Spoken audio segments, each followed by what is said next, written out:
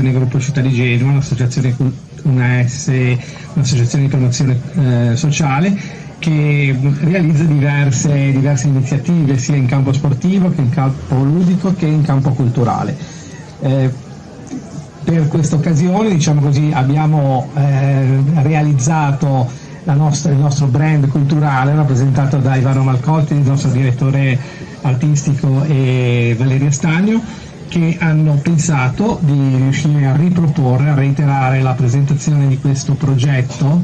che va sotto l'egida generalizzata di teatro di cittadinanza, e cioè una modalità in cui poter mettere in scena delle realtà che vengono rappresentate dai cittadini, cioè persone che obiettivamente molte volte non hanno un background rappresentato da esperienze di sceneggiatura, di interpretazione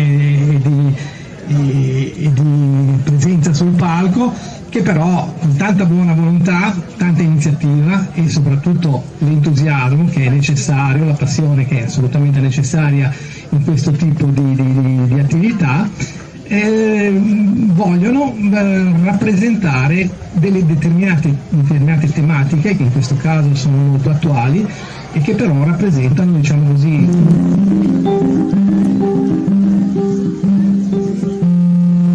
ai padroni di nulla.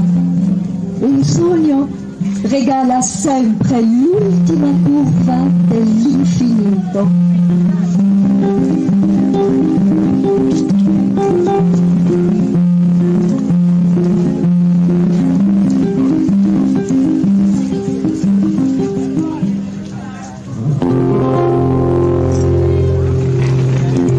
Senza stanca,